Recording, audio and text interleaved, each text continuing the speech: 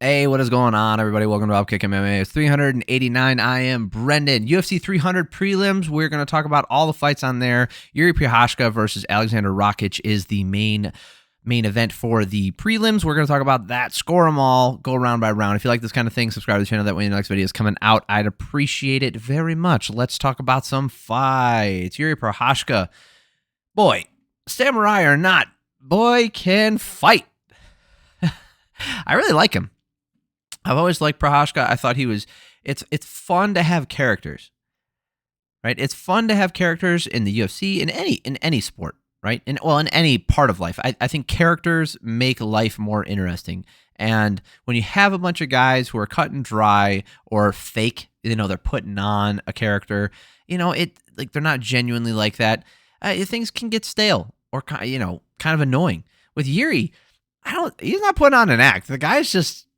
He's a little kooky. He's fun.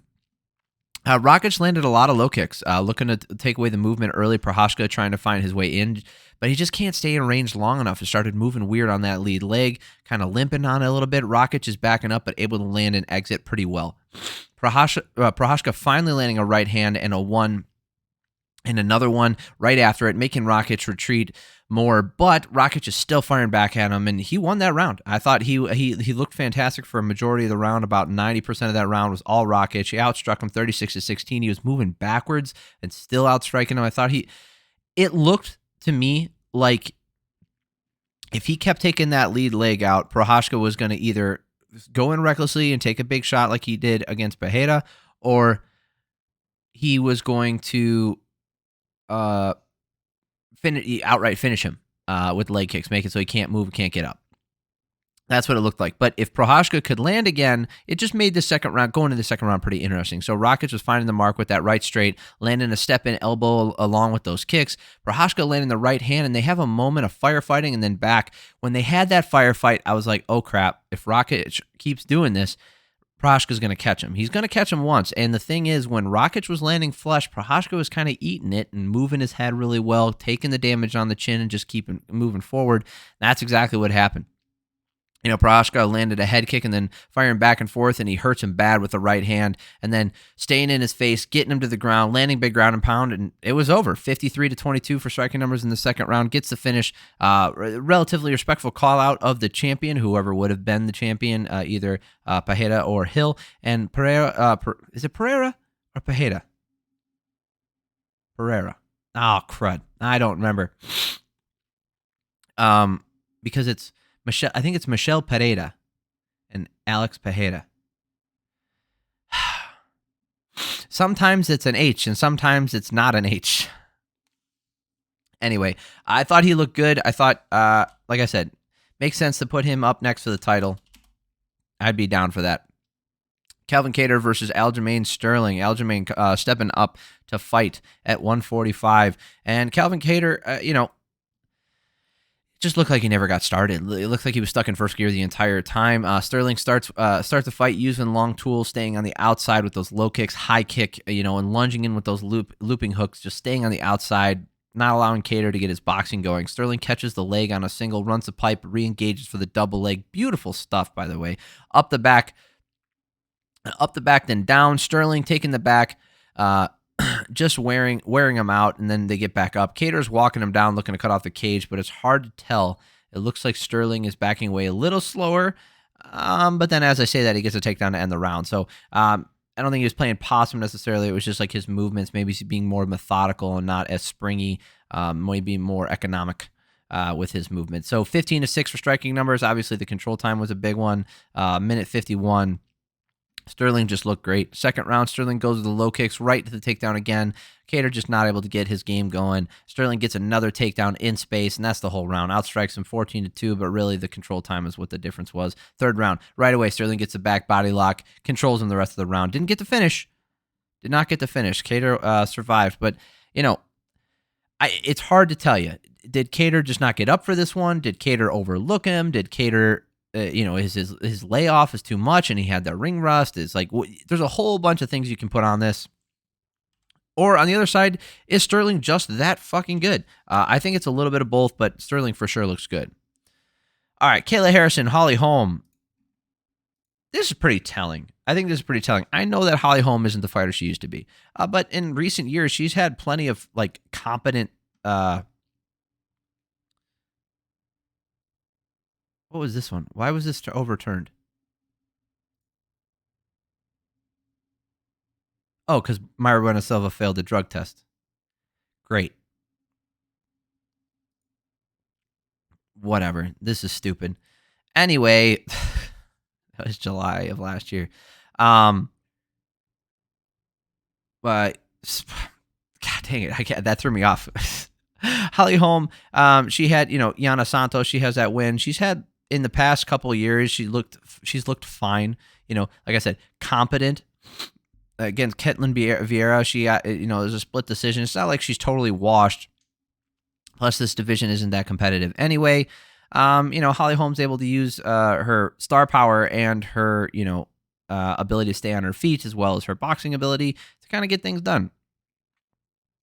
So Harrison's performance in this was going to kind of tell, like, where does she sit in the division? And I thought it was crazy. Harrison with some good striking. Holm clinches up and Harrison throws her, but ends up on bottom. So Holm did reverse her. So there is that possibility, but they get right back up. Holm tries to take her down again in the clinch, and bad idea. Harrison ends up on top.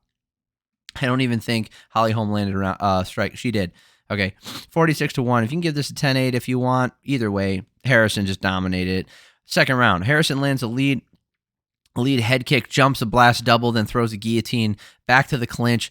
Harrison throws her back down, gets the mount, and gets the back and gets a rear naked choke finish. She's just an absolute monster in there. She looked fantastic. I know there were some concerns about her making the weight. She seemed to make it well, just taking more time. She looked lean. She looked strong. She looked like her cardio held up for what this was.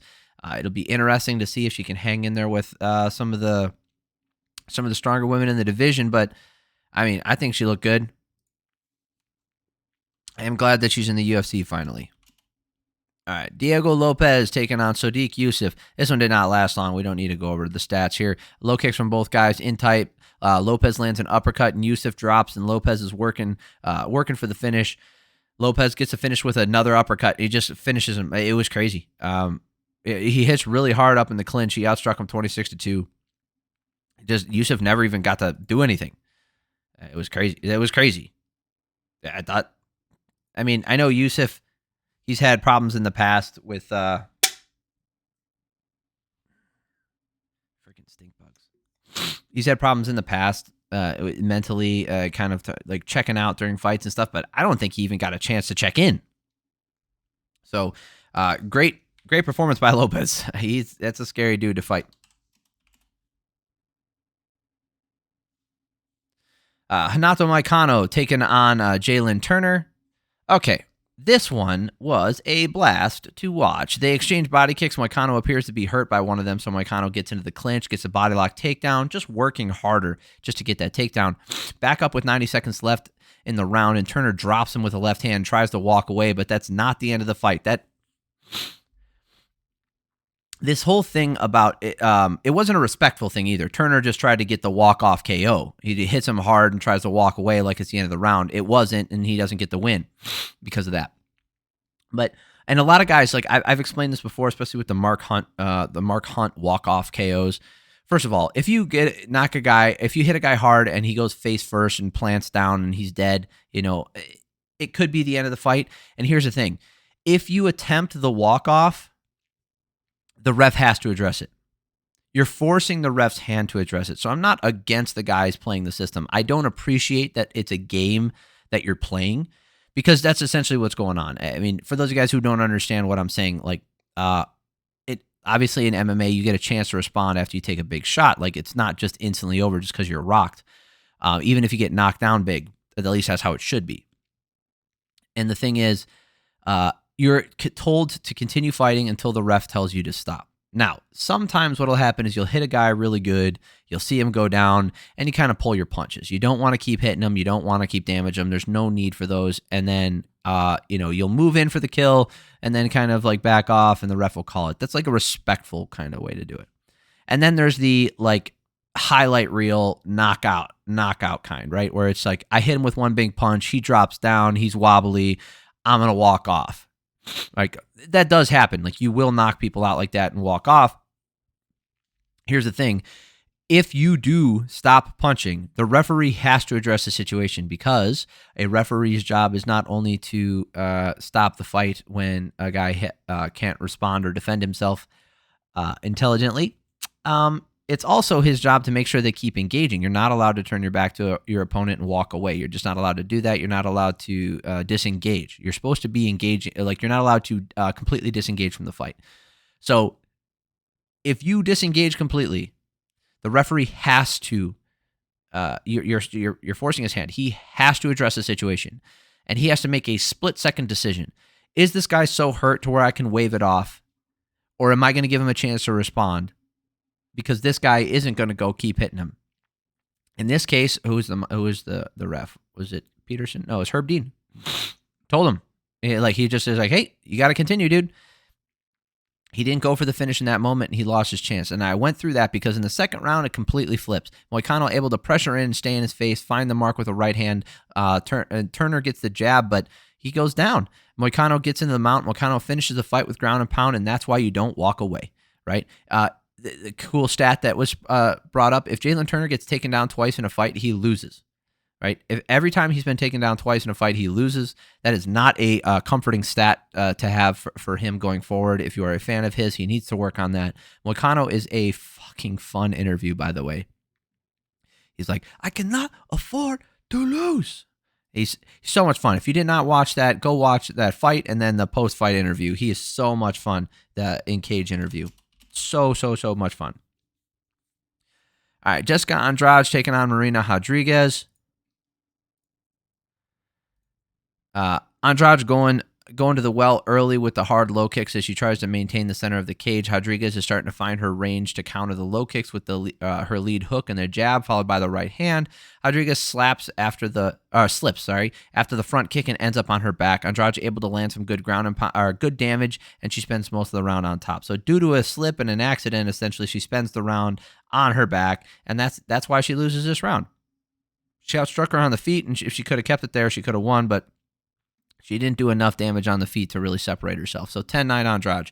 Second round, Andrade still going with the low kick and starting to try some of her hooks, but just out of range for him. Then Rodriguez is finding the mark with that same combo, 2 or 3. The 3-2 or the 1-2 is beautiful stuff. Rodriguez is so much cleaner on the feet, and when they're at range, it looks like she can't get touched. And then Andrade is eating the punches and rushes in, finally landing a couple of those hooks. Close round with all the damage that Rodriguez banked early. I thought that outdid the big damage that came back at her. Apparently she got outstruck here 35-42. I didn't see that. I don't know if those numbers are correct. I guess they are. I don't know where they went. I guess those leg kicks from Andrade, I don't remember those being significant leg kicks. 13 of them. That does make a big difference. That's the difference maker right there, because the head strikes went to Rodriguez, sorry. I did 19-19. Anyway, Rodriguez in her face early, looking to put the damage on her. Another slip mid-combo, and Rodriguez is on her back, but then able to get up this time. Both women looking a little slow out there, but for the complexion of this fight, it remained the same. Rodriguez throws up a ninja choke to defend a single leg, still trying to stay active with that boxing. Andrade makes a final push, landing a good low kick, but Rodriguez outlands her down the stretch anyway. I really had her winning this fight. Again, I did not see her she landed 16 leg kicks. 16? That doesn't seem right. 11, 13, and 16. They must have been slaps with nothing to them.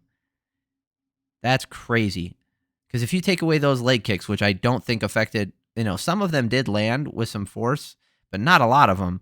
You take away those, and it's not even the striking numbers are not close. That's why I had Rodriguez.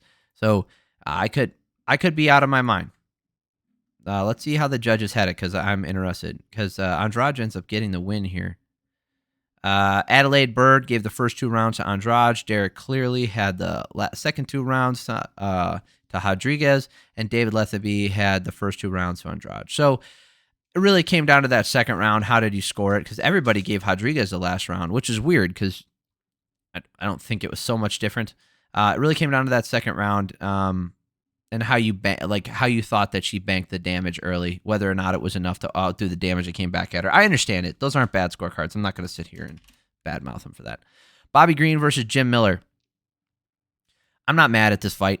I'm not mad at it. I know I didn't expect Jim Miller to come out with a win. It was a hopeful optimism, but Bobby Green just went in there and did the damn thing. Miller going with the low kicks to start, and Green striking with the slick boxing, giving him the 1-2, and then Miller landing a right hand that Green has to retreat and react to. Lands another one, chases him down. He wasn't able to stay in the pocket long enough to land good shots, and Bobby Green is just popping him and rolling. Miller catches him with the left hand. Green staggered.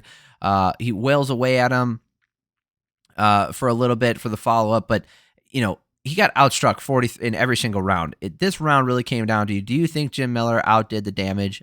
Again, this could just be rose-tinted glasses watching Jim Miller fight, but I did score it for Miller. I thought it was close. I just thought that those big shots that made Green react like that, nothing from Green to landing on Miller was that significant in this round. Yes, he landed a lot of significant strikes, but I didn't feel like anything hurt him.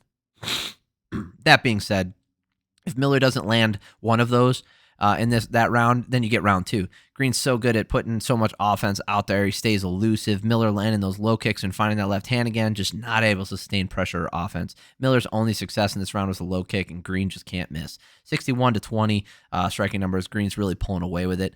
This third round was just a straight up beatdown. Green just finds a ton of shots, outlands him 82-20, almost finishes him a couple times here. Clearly his fight, Green looks fantastic. He's still on it. I know he's been turned back a couple times, but I'm really looking forward, hoping he can make a push to get this done. So that's what I'm hoping. Let's see what happens.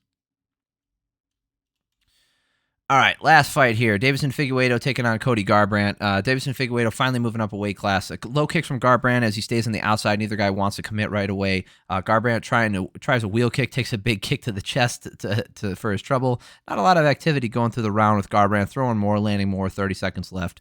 14-9. Garbrandt just was more active in this round, gets the round, but then the second round, the exchange hooks with Garbrandt landing the better one. So Figueiredo gets to the back, body lock, takes him down, gets to the back, gets to the mount, gets to the back again, gets to the arm triangle choke, and then eventually gets it back and gets a finish via rear naked choke. I mean, what are you going to do? You got to throw him right in there, probably put him up for a title shot. But that's it. That was it for all of UFC 300. That's the prelims. Let's subscribe to the channel if you like this kind of stuff. That way you know the next video is coming out. I appreciate you guys. I hope you guys have an amazing week. Love you guys.